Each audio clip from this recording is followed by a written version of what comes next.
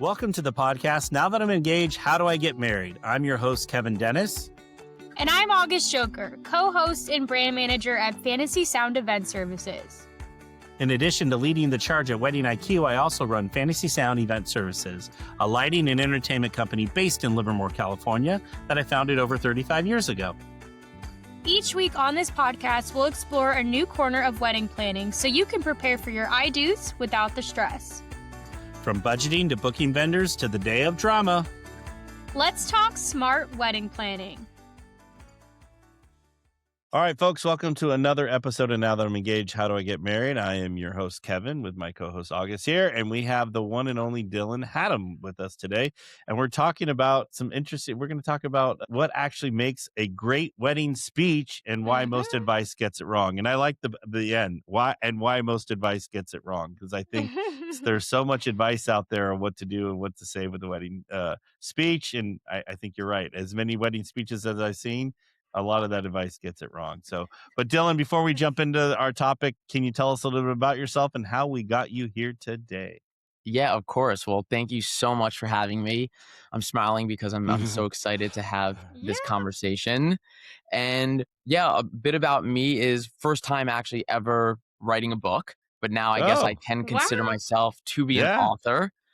So that's exciting. I'm a previous entrepreneur. I built a few different companies in the marketing economy space. I built a fintech company, now a sales exec, and I like to do a lot of different things. It's as simple as that. I love side projects. Sometimes they stay very small and don't get released. Other times they get released and they blow up. And there's many reasons why I decided to write this book, which of course we can get into, but this was just one of those projects that saw the light of day and has started to pick up steam and excited to chat about it. All right. So, all right, Dylan, you built an empire, or I'm sorry, you have built an empire, but an entire guide around wedding speeches. So what's the biggest thing most people get wrong right out the bat? Yeah, it's so interesting because I always get asked this question, and the unfortunate reality is like so much is wrong with these speeches that I'm like, where do I start? That's why I wrote that's why I titled the book The Wedding Speech Crisis, because it's truly an epidemic. Like I genuinely think to a certain extent it is. The biggest thing is length. That is absolutely critical, because here's why. The other biggest thing is people make these speeches about themselves. And so we'll get into what I call the driver's seat trap, but people make it about themselves. Here's the reality. I can suffer through a 4-minute speech that's all about yourself. That is totally fine. I actually can't if it's 15 minutes long. No. That's the truth. So you could talk negatively about the bride and the groom. You could talk negatively about yourself. If you can make it 3 to 4 to 5 minutes, I can forgive you. If you make it longer, it is extremely hard to bounce back from. Yeah, and like in the grand scheme of the wedding day, 15 minutes is a very long time. But I'm also kind of curious, like, was there like one speech or multiple speeches that you heard that kind of was like the catalyst of like, oh my God, I have to write this, or people need to know about this? Was there like one defining moment where you're like, that's it, I got to take this into my own hands? I have a few responses to that. The first one is on the timing. I'm pretty sure some speeches take up like 15 to 20% of an entire wedding reception. Which is crazy. Like no one wants, I mean, and I've said this on the podcast before, but like, and I've only given one speech and I feel so bad. I work in weddings and I definitely broke all the rules. I was making it a little bit about me, but it was probably about like 7 minutes. And I am sitting here being a hypocrite telling all of our clients, tell couples it's 2 to 3 minutes. But when you've been friends with someone for so long, like there's just a lot that you want to say and it's hard to get it out in a certain amount of time. There wasn't we were talking about the sort of defining moment that I wanted to write this. There is a crazy story that I heard one time that I wasn't there for.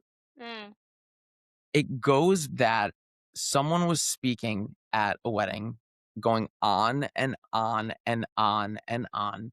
And at a certain point, the uncle of the bride stood up and yelled, Ooh, "This is not about you." Oh damn. my And this was a gosh. big wedding, and this was a very big, expensive wedding, which Yeah, yeah, also yeah. goes to the point of weddings are the most detail-oriented event of one's life. Mhm. You Yeah. can buy your way out of any problem at a wedding. Mm-hmm. You cannot buy your way out of a terrible wedding speech.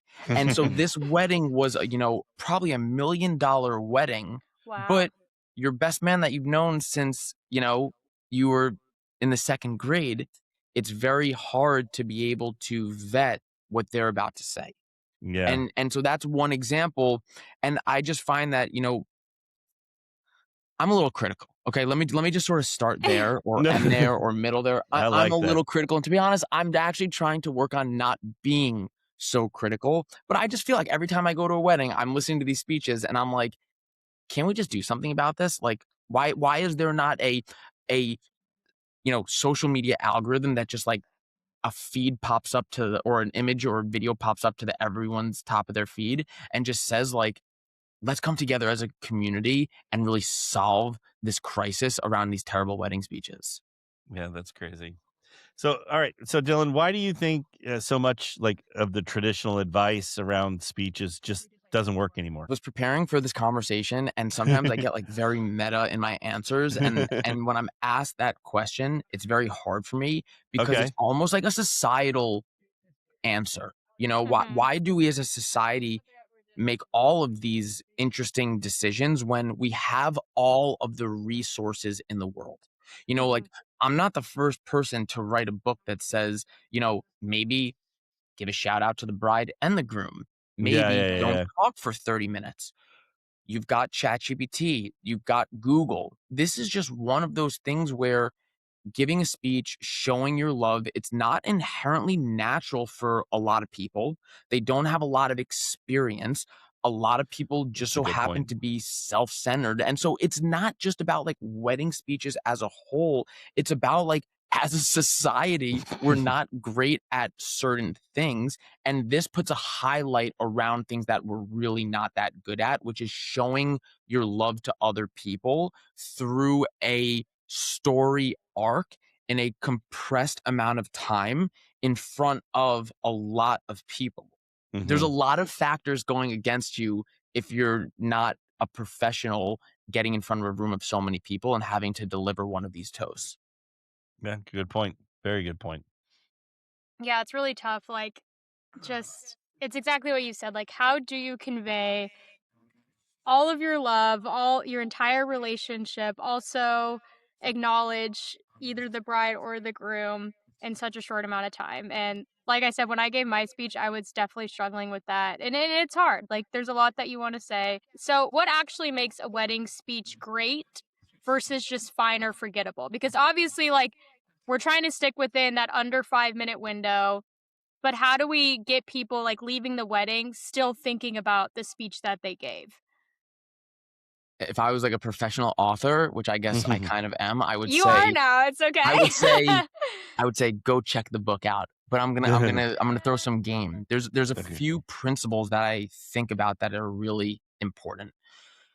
Number one, it's leading with love.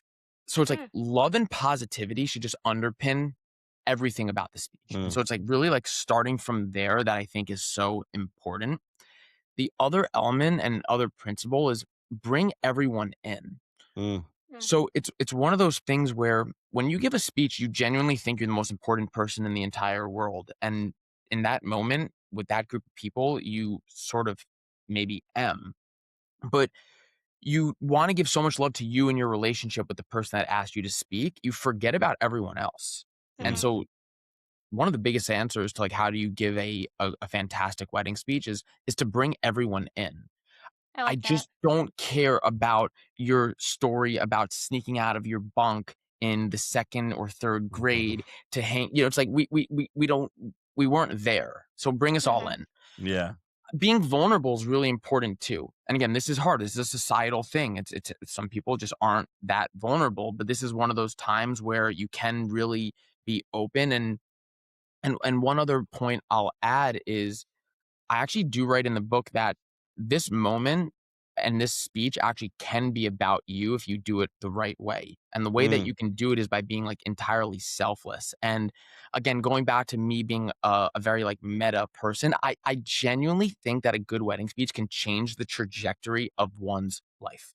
Think about it. Wow. How often are you in front of up to a few hundred people that know you very well, know mhm, you in a certain light, you know?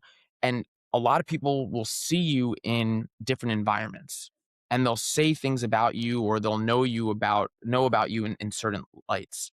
mhm. Giving a speech and redirecting people to how you want to be known, this is like one of the only times in the world that like that's ever going to happen. So I can Mhm. sort of keep going about other principles that I have up there in the book, but I'll sort of take a breather and see what other questions you have. No, that's no, that was a good point. So we talked about like speeches kind of being too long is a mistake, making it about yourself mistake. Is there any other like mistake that you hear people over and over again make in speeches? I have two others that I think are really interesting. Okay, yeah, Mhm. Number one is, and this is a key to life, is don't be too self-deprecating. I think okay, that's really Oh. important. Everyone wants to break the ice. You know, if you think about comedians, unfortunately, comedians are the most depressed people on earth, Absolutely. and 100%, yeah, Absolutely. and all they do is just bash themselves. And a lot of people, you know, feel like this is a time where they want to put the bride or the groom on a pedestal, and that means putting themselves down, but it actually doesn't mean putting themselves down. And so being like not self-deprecating is really important. I think the other thing that's important is staying true to yourself. So if you're not a natural comedian, you don't have to write a speech that is a 5-minute stand up. You know, if yeah, you Mhm. are way more sentimental than someone else, like lean into that. mm, And I think a lot of people they go into, you know, what is the best way to give a speech in, you know, Claude or ChatGPT, and it's very generic, but yeah, it has to be catered to like who you are as a person. Want to be a guest on the podcast? Whether you're a writing professional with insights to share or a couple who recently said I do, we'd love to have you on the pod. Come share your experience, your advice, and your story to help future couples on their journey. Apply to be a guest and join us behind the mic. Find more information at podcast.fantasysound.com.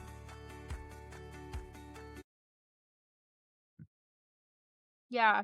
And I mean, obviously, Kevin and I have seen our share of speeches over the years, and I can think of one, and it's the one I think of when I think of like a bad wedding speech. It was probably close to 20 minutes. It was the best man. And, you know, typically we'll prep a toaster like, oh, you're going to stand here because photo and video need to get ready and like have their shot on you. But it was exactly like you said. He kept trying to crack these jokes and he just didn't have like the cadence or like the persona for it. And I felt like there was a lot of pity laughs from the audience, but you could feel that the energy was very uncomfortable. And the thing is he tried, like he really did, but it just like wasn't him, right? And he kept pacing back and forth across the entire dance floor in front of the sweetheart table, like as if he was a comedian. Like he was trying to bring the audience in, but I don't really think anyone was connecting with his material. So, Yeah. Look, it's hard. And, you know, the other element about opinions that are so odd is it's just one person's point of view. So like here I mhm. am, you know, on my own pedestal right now saying like this is a crisis. This is how you give a great speech. The reality is it's really not that deep. You know, mhm, like Yeah, it's really not that deep. but it is. It is and it isn't. And I just think, you know, the important thing is everyone really does want to do their best. And all I'm trying to do is maybe say, here's how you can just be like 5% more effective or 10% more effective at showing up and giving what you are trying to give. You're just having a little bit of difficulty presenting it. Mhm. Okay, and I know you mentioned, like, if someone is a little bit more humorous, maybe they'll lead in with the humor side, or maybe they are more sincere, so they'll lean into that. But is there like, and I know everyone's different, but is there a right balance between humor and sincerity when giving a speech? I don't Or know. just depends on the person. And when I, that's a totally fine answer too. I'm gonna deflect the question, Mm-hmm. and I'm gonna say something that I think is more important. Because again, who am Mm-hmm. I've been in speeches where I was laughing the entire time. I've been in speeches that were 20 minutes long. It was the greatest speech in the history of Yeah. speeches. Okay, I swear to God, it wasn't the best wedding speech. It was the greatest speech I've ever heard in my entire life. So who knows? I don't know. I don't have the answer to that. I think what is most important though is having a structure behind a meaning. That's Mm. really important, And so ultimately knowing what the root of your story is. What is the theme of your story? Is it love? I actually default to that word all the time. It's like so silly of me to do that. I'm like, duh, it's about love, but it's easy. It's like, what's the Yeah, theme? Like, no, where are no. you rooting yourself? It's like deep love. Okay. And then you can kind of put the structure behind it and try to tell a bit of just like an arc. And again, this has nothing to do with a wedding speech. This has to do with like how to like talk and present in general. It's you have a theme and then you have a beginning and a middle and an end. And I think that's more important than, what percent should be funny or not funny. It's like, Mhm. who am I to say? But I will say you probably want to have a beginning and a middle and an end. Yeah. That's a good point because I think people have a beginning, but then they have no way to wrap this thing up. They it just keeps going and going and Or going. like So a that, tie back or something, like yeah, bookends, something like yeah, that. Yeah. yeah. So, do you think there's like certain stories that people should, or like taboo, or something that they think is funny, or like maybe meaningful, but really isn't the right setting for a wedding? Like talking about the bachelor party. Like Yeah, I did that's a so yeah, bad. yeah, or I had a wedding where the best man gave a speech and he kept referring to all the groom's ex-girlfriends and why the wife is better than all these ex-girlfriends. Like, so is there Yeah. I know there's probably so many clickbait answers to this. okay. It's like Mhm. everyone knows what not to say. That's the funny thing about, like, again, as a society, like, Yeah. we all know what not to say. Like, Mhm. don't say something too graphic. Don't say something that is mean. Don't make sexual comments. Like, people are Mhm. almost just like gonna do it anyways. That's why it is so hard to offer these suggestions. And even like, I wouldn't say it was hard to write the book, but sometimes I just think, what's the actual impact of all this? Mhm. You can lead a horse to water. So it's weird. Mhm. Like, we all know what not to say, yet people continue to say it. My maybe my deeper meaning of life is to figure out like why people just don't listen to what the obvious answers are. Yeah, that's a good Sorry, I know point. I'm giving like somewhat vague No, I responses love it on No. these. though. It's just Yeah. interesting because it's like I can give the answer, but I think it's very interesting to almost figure out, what's the solution to it. Or the why, yeah, Yeah, behind it. yeah. Like, don't talk about drugs. Like, got it. Okay, But we and know it is that. interesting that people still do. But it's like you're saying, like a clickbaiter, like people are wanting a reaction, but it's like, Miss 85-year-old grandma is sitting in the audience, so why are we sharing these stories, So, Yeah. Look, it's the same reason. Why do people overshare on social media? Why do people honk yeah. their horns too much when they're in traffic and it can't go anywhere? Why are people rude to people when they know that they can't change the outcome of it? Yeah. Well, It's it just goes like back how to we your were first raised. point. Like, you're making it about you.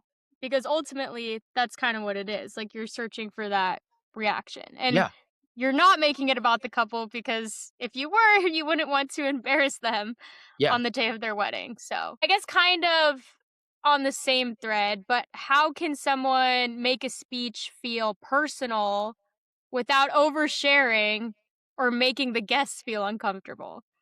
Yeah. So I'd mentioned this before, but bringing in the guests. Hmm. So Yeah. here's like a little trick is if you think about it, roughly half of the guests there are going to be from not let's say most people have one person that typically wants them to speak. Yeah. Okay. And so then you have the partner and then the partners guess. So let's just assume like 50% of the guests don't know you or like your stories. The biggest hack is bringing them in like immediately. So, imagine a world where you are in New York, your friend who asked you to speak is from New York, your friend's wife is from Portland, and, her entire family comes in from Portland. Mm.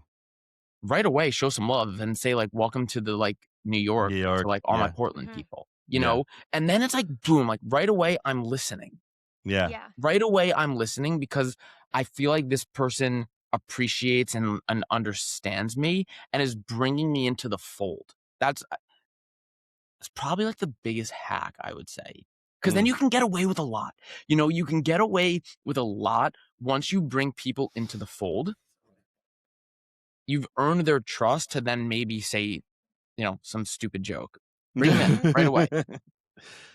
They'll have a little bit more understanding and a little bit more, Mhm. leeway with I was that. gonna say Yeah. trust and like Yeah. your credibility goes up. Yeah. Yeah. Yeah.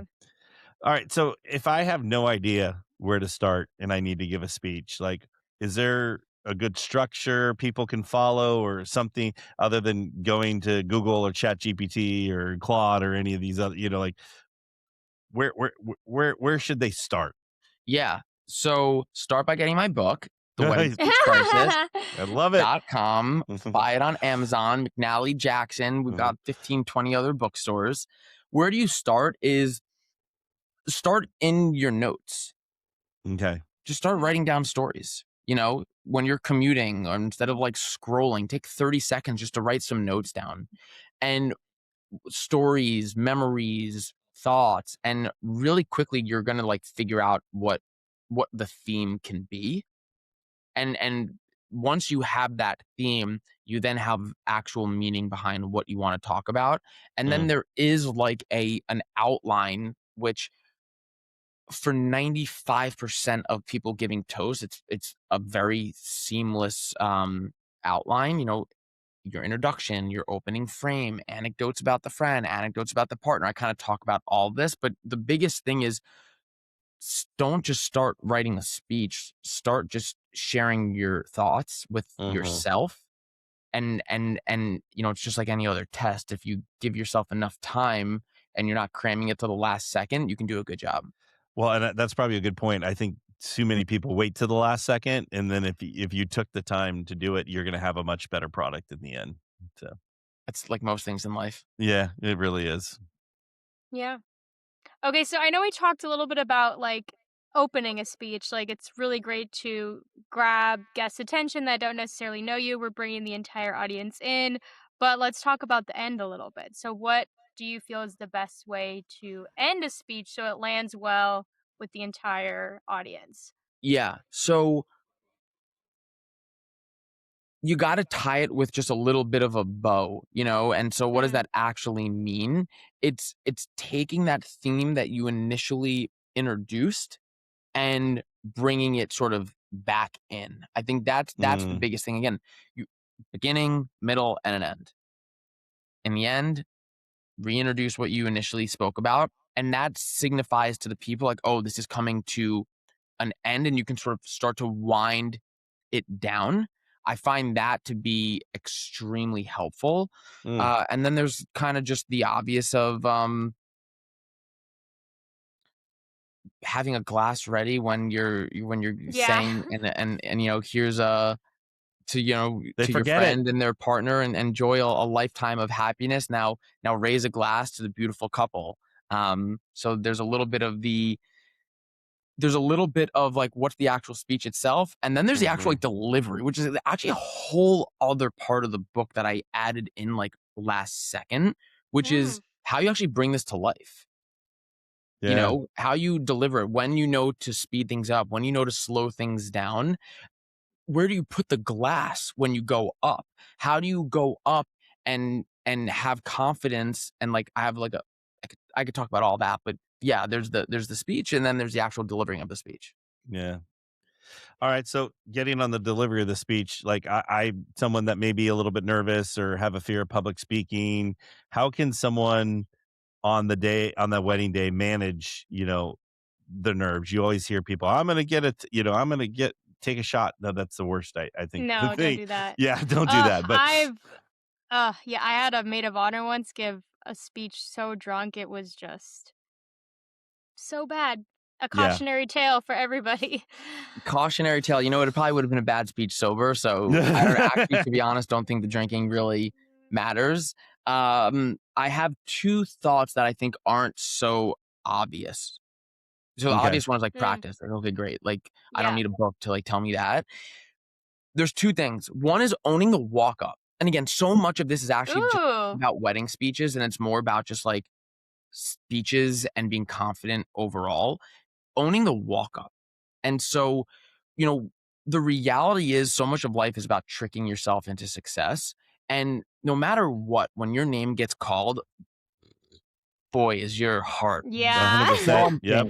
thumping. And just channeling like the jitters and walking up with a positive body language and walking up with a smile on your face and looking around is so helpful. And the other element is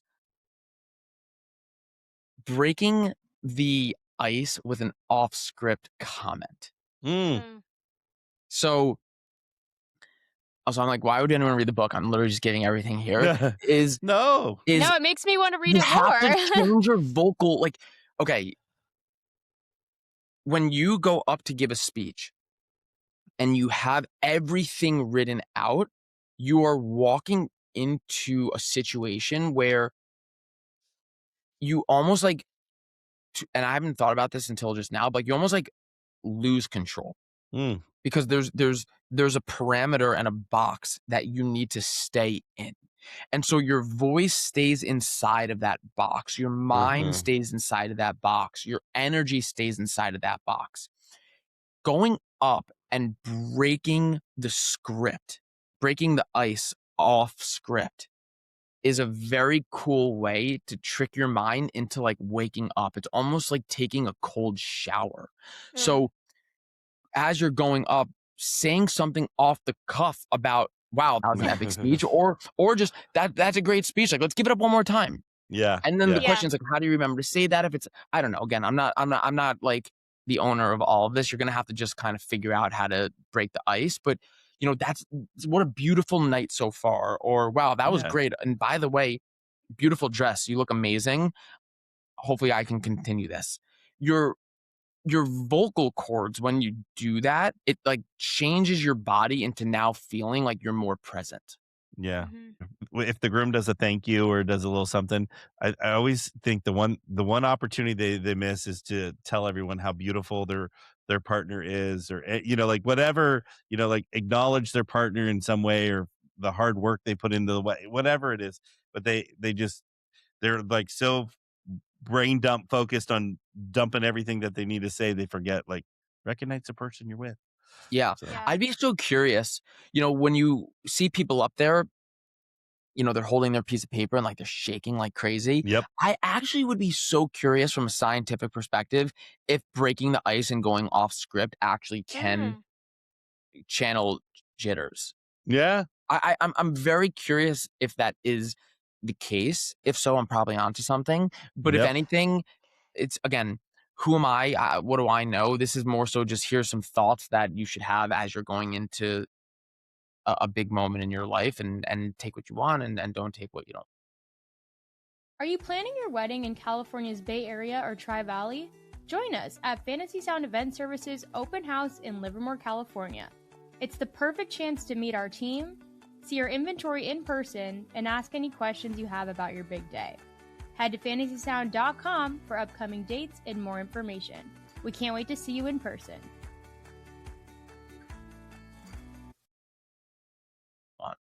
Yeah. Yeah. But I like the fake it till you make it, walk up with confidence mentality. Because, like, and I don't know if it's just me because I've, been doing this a long time, but I feel like people can read your body language. Like, if you're walking up all hunched over and, like, nervous, and, like, the people who look down, they aren't, like, scanning the audience, they aren't including everyone, they aren't looking over at the couple. I feel like people are less engaged and they're not really bought in to what you're trying to say. Yeah, Um, I agree.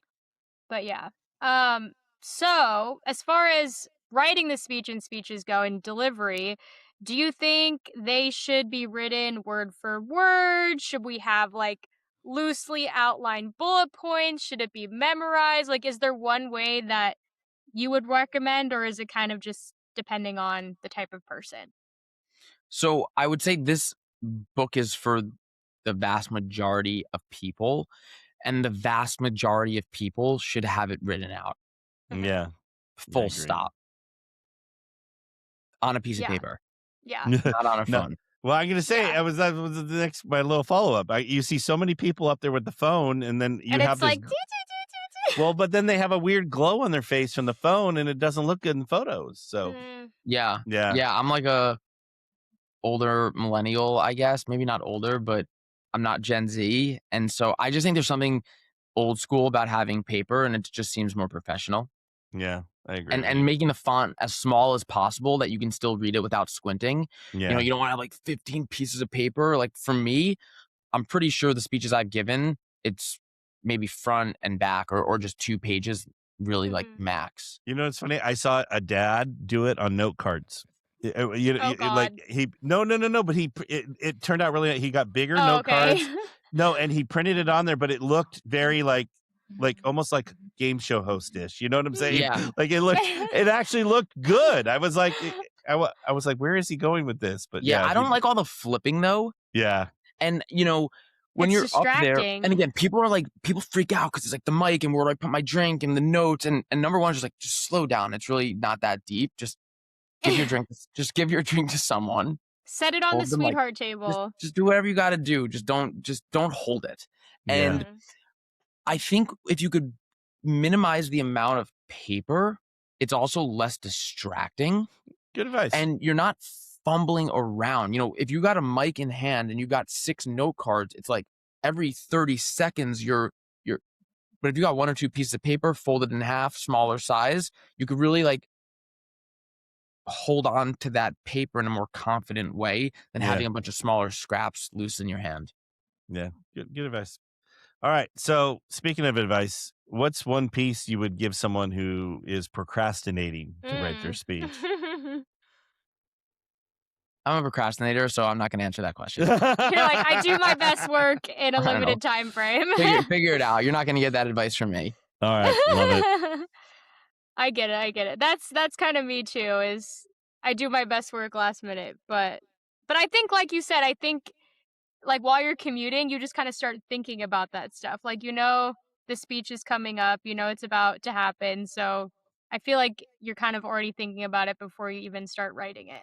Yeah, I guess the more serious answer is think about how important this is to the people that ask you to speak.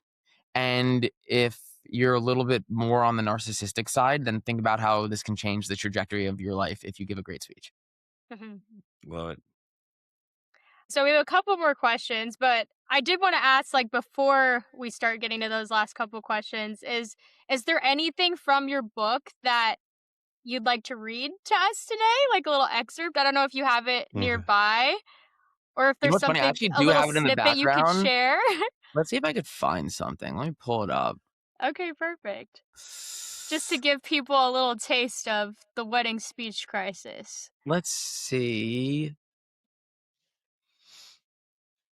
It's such a good name too, because Thank it's like, you. no, it is a crisis. It is. Okay, so I guess just the first page of the first chapter. Okay. If you're reading this book, you're probably preparing to give a toast at a wedding.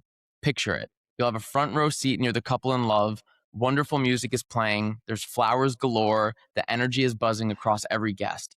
Suddenly, the champagne flutes are filled, and you hear the unmistakable chime of knife against glass, a bright, delicate sound that calls everyone's attention to the front. The music fades, the laughter quiets, then comes the double tap of the microphone, a hollow thud that booms awkwardly through the speakers, jolting the room into full silence. While you think you're paying attention, it takes your seat partner tapping you on the shoulder with a "go get 'em" for you to process that it's your time to take the mic. That's I love it. perfect. Are we going to see you on Audible soon? Is there going to be a recorded version of the book? I know. It's like, that sounds really good. You should do it. Yeah. On the way. On the way. Okay, perfect. Yeah. All right. Well, we just got a couple more questions for you, Cool. but if you could cut one thing out of every wedding speech moving forward, would there be one thing? Or just like, I guess it kind of goes back to our mistake. The personal stories that people can't relate to. That, like, you know, you're so confident everyone's going to love it, but so often no one cares or they can't relate. And so it's almost like your most personal stories are like kind of the worst ones to share. Yeah. Even though you're trying to convince everyone that you're up there for a reason, you need to recognize everyone already knows you're up there for a reason. And so cutting out the inside jokes is probably, like, at least for me, one of the more non-interesting parts of a speech, I would say. Yeah. Makes sense. No, totally. I agree, because sometimes they're telling a story and you're like, I can't connect the dots to this. And why are we even talking about that? No. So that's good advice, Dylan. All right. So to wrap up, if someone's listening to our podcast and they need to first go out and buy the book before they write their speech, but they're giving a speech, what's the one thing they should kind of focus on, you think, the most? Is it the love? Like leading with love? Realizing how important this moment is for the bride, the groom, whether it's a bride and a bride or a groom and a groom or a bride and a bride, whatever it is, whoever it is, just realizing that it's their moment, it's not yours. And that's actually in the book, one of the early chapters is called The Driver's Seat Trap, where a lot of people, when they're asked to give a speech, they think they're in the driver's seat. Their friend is in the passenger seat. Their partner is in the back seat, and the guests are sort of nowhere to be found. And you need to switch that up where you're the backseat narrator and the bride and the groom, or the bride and the bride, groom and the groom, yada, yada, they're in the front, and you're sort of narrating their story while all the guests are, you know, watching, FaceTimed into the car. Yeah. That's a good and like, it happens visual. like all the time. I'll be listening to speeches and I'm like, this just seems like it should be a one-on-one conversation. Like, this is between you and the bride or you and the groom, and like the rest of us are like kind of eavesdropping on this very intimate moment where we don't necessarily feel connected in any way. Yeah, I agree. All right, so Dylan, where can everyone find the book? You mentioned a bunch of stuff, but we want to promote it. The Wedding Speech Crisis, if you Google it, it'll probably show up on Amazon, Barnes and Nobles, and you can also go to theweddingspeechcrisis.com. All right. Love it. All right. Thank you. We're going to make sure we have all that information out there in the show notes and where to find Dylan's information. Folks, Dylan, we can't thank you enough. That was really good episode. I think it's one of the most overlooked things, like you said, in the wedding, and it has a lot of impact. People are going to remember if it's bad. And they're going to remember if it's good. You know, so it's good. So thank you both so much. I really appreciate you having me on. This was so much fun. Of course. And then, all right, thank you to all our folks for listening. We want to remind everyone to hit the like and subscribe buttons on wherever you're listening to us. And also, don't forget to send us your stories or questions you'd like us to attack on the podcast here at podcast@fantasysound.com. Dylan, thank you so much. Thank you so much. I appreciate it. All right, folks, we'll see you next time. To our listeners, thank you for tuning in to another episode of Now That I'm Engaged, How Do I Get Married podcast. Brought to you by Fantasy Sound Event Services. I hope you enjoyed listening to this episode. Please get in touch with me or August if you have any topic you would like us to cover. Or if you're struggling with your wedding planning, please be sure to submit a question to podcast@fantasysound.com. I encourage you to check out our other episodes on Apple, Spotify, or wherever you listen to your podcast. And if you're a fan, we'd love if you would subscribe to the podcast and leave a review. It helps others find our podcast so that they can learn from our guests too. And to everybody listening, happy wedding planning!